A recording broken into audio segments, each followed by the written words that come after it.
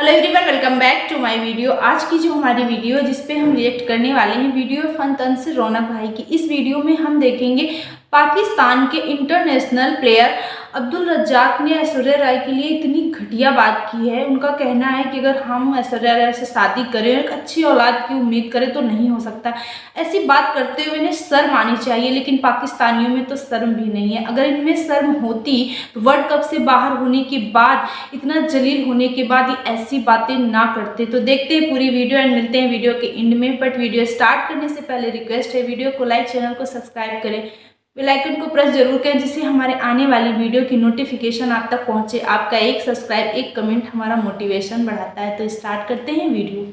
दोस्तों, कहते हैं भैंस पूंछ उठाएगी तो गोबर ही करेगी। उसी तरह एक जाहिल पाकिस्तानी मुंह खोलेगा तो बकवास ही करेगा। एक तो इनका दिमाग पहले ही कम काम करता था, दूसरा जब से ये वर्ल्ड कप में जलील हुए हैं तब से इनकी बची कुछ बुद्धि भी भ्रष्ट हो चुकी है। बाय गॉड, दुनिया में मैंने कई बेशर्म कौमें देखी हैं मगर ऐसी बेहया नस्ल नहीं देखी। बाकी टीमें एक मैच हारने के बाद नया प्लान बनाती हैं, ये लोग ऐसे जलील हैं कि हर हार के बाद नए नए बहाने बनाते हैं। कभी इन्हें लगता है कि मैच में दर्शकों के जय श्री राम के नारे लगाने से इनके प्लेयरों की टांगे कांप गई। कभी इन बेईमानों को लगा कि इंडियन बॉलर्स गेंद में चिप लगाकर बॉल स्विंग करवा रहे हैं। कभी इन जाहिलों को लगा कि हम मैदान में दिल दिल पाकिस्तान न बजने से हार गए। और अब तो इन कबर खोदों ने हद ही पार कर दी है। फॉर्मर पाकिस्तानी खिलाड़ी अब्दुल रज़ाक ने कुछ ऐसा बोल दिया कि जिससे उस पूरी कौम की घिनौनी सोच का पता चलता है। ये पता चलता है कि ये लोग औरतों के बारे में क्या सोचते हैं। ये पता लगता है कि ये लोग गैर मुसलमानों के बारे में क्या सोचते हैं। ये पता लगता है कि आखिर क्यों हमारे बड़े बुजुर्ग कह गए हैं कि लातों के भूत बातों से नहीं मानते। तो क्या कहा रज़ाक ने और कैसे उनके स्टेटमेंट को सिर्फ उनकी फिसली जुबान बताकर उनको माफ नहीं किया जा सकता।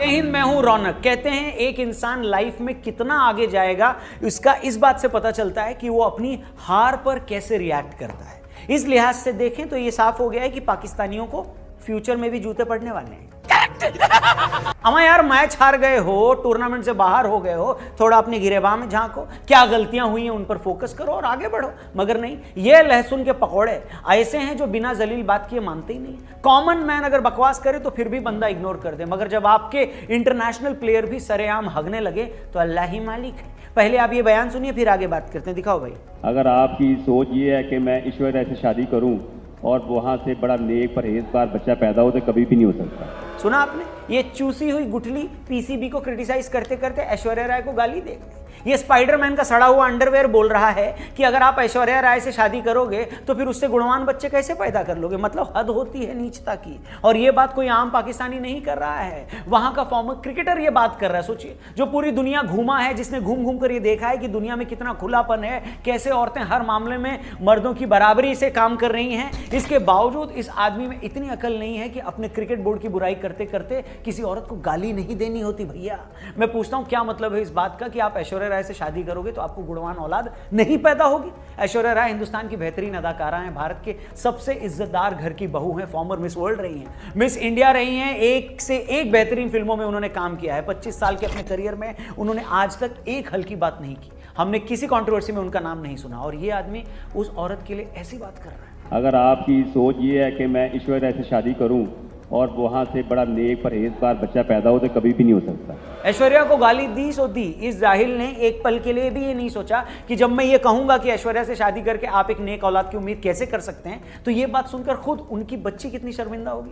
सच में यार, जब से मैंने ये बात सुनी है मन से यही निकल रहा है, बड़ा हरामी हो बेटा।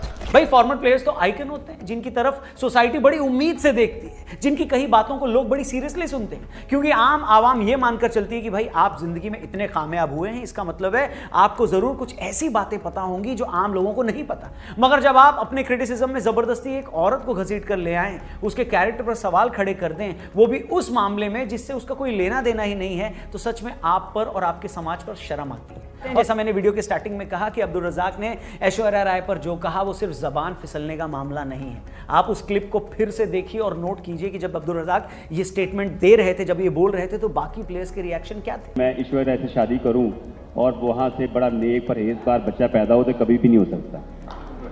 तो आपको पहले नीयत अपनी ठीक करनी पड़ेगी। देखा आपने, जब रज़ाक ने ऐश्वर्या राय वाला स्टेटमेंट दिया तो उसे सुनते ही हम सब शॉक्ड हो गए, मगर उस वक्त रज़ाक के अगल बगल में बैठे उमर गुल और शाहिद अफरीदी दोनों हंस रहे थे। उस पर तालियां बजा रहे थे। मतलब रजाक ने जो गोबर किया सो किया, मगर क्या साथ में बैठे बाकी लोगों को भी नहीं समझ में आया कि यार ये तो बहुत ही गलत बात बोल गया।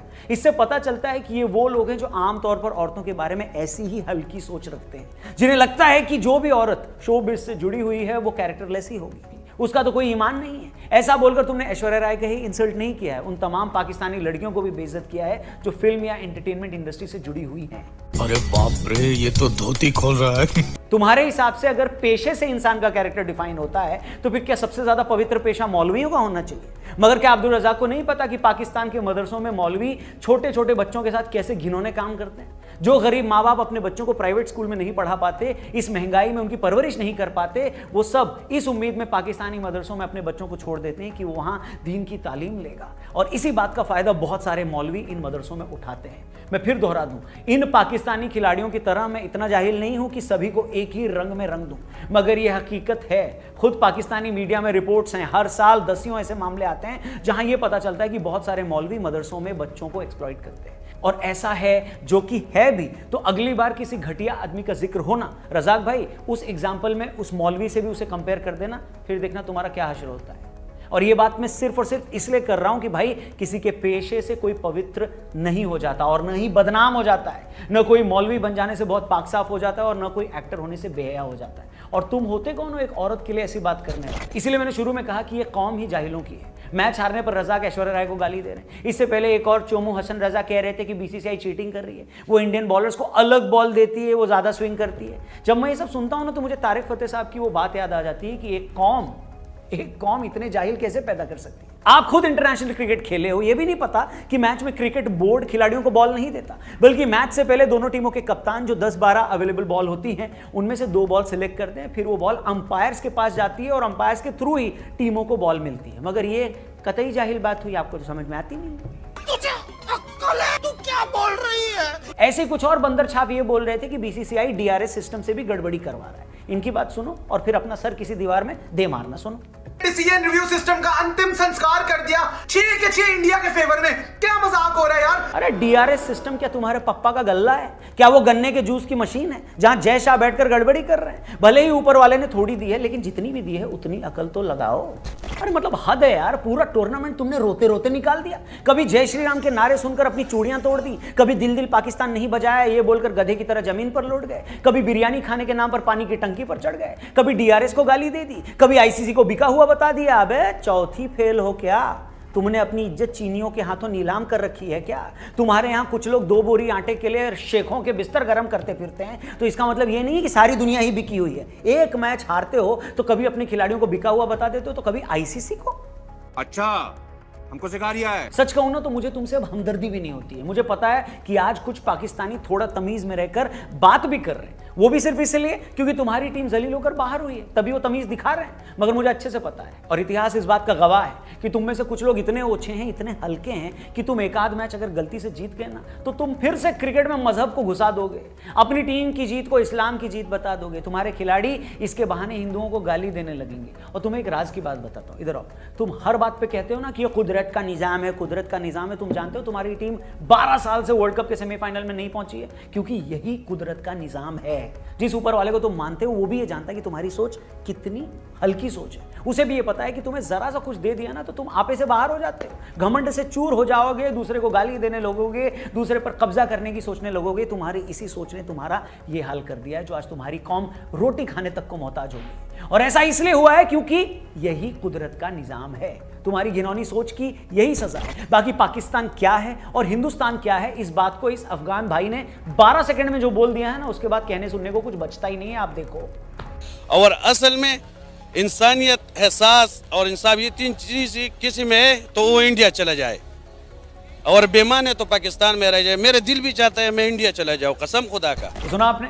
और ये वो शख्स हैं जो पिछले 25 सालों से पाकिस्तान में रह रहा है। इतने सालों के बावजूद ये इंसान अगर उस मुल्क को अपना नहीं समझ पाया, उस मुल्क ने हमेशा इसे बाहरी होने का एहसास करवाया, तो आप समझ सकते हो कि उस पर क्या गुजरी होगी जो उसे ये सब कहना पड़ा। तो फ्रेंड, ये थी आज की वीडियो। जिस तरह से पाकिस्तान के इंटरनेशनल प्लेयर अब्दुल रज्जाक ने ऐश्वर्या राय के विषय में ऐसी बात की है, इतनी घटिया सोच है, ये तो हमें भी पता था। पाकिस्तानियों जो हैं उनकी सोच औरतों को लेकर बहुत ही ज़्यादा घटिया है। वो खुद अपने पाकिस्तान में औरतों की इज्जत नहीं करते हैं, लेकिन भारत में तो औरतों की बहुत ज़्यादा इज्जत होती है, हर लेवल पर औरतें देखी जाती हैं। और ऐश्वर्या राय जो कि हमारे यहाँ अच्छी एक्ट्रेस हैं, मिस वर्ल्ड भी रह चुकी हैं और एक इज्जतदार घराने अमिताभ बच्चन की बहू हैं, लेकिन उनको ऐसी बातें नहीं करनी चाहिए, ऐसी बातें करते हुए शर्म आनी चाहिए। लेकिन इस वक्त वर्ल्ड कप में हारे हुए हैं, इतना बौखलाए हुए हैं, क्या कह जाए इनके लिए कुछ समझ नहीं आ रहा है। तो आपको वीडियो कैसी लगी? अच्छी लगी हो तो अपनी ओपिनियन हमें कमेंट बॉक्स में जरूर शेयर करें। मिलते हैं नेक्स्ट रिएक्शन में किसी अच्छे से टॉपिक के साथ।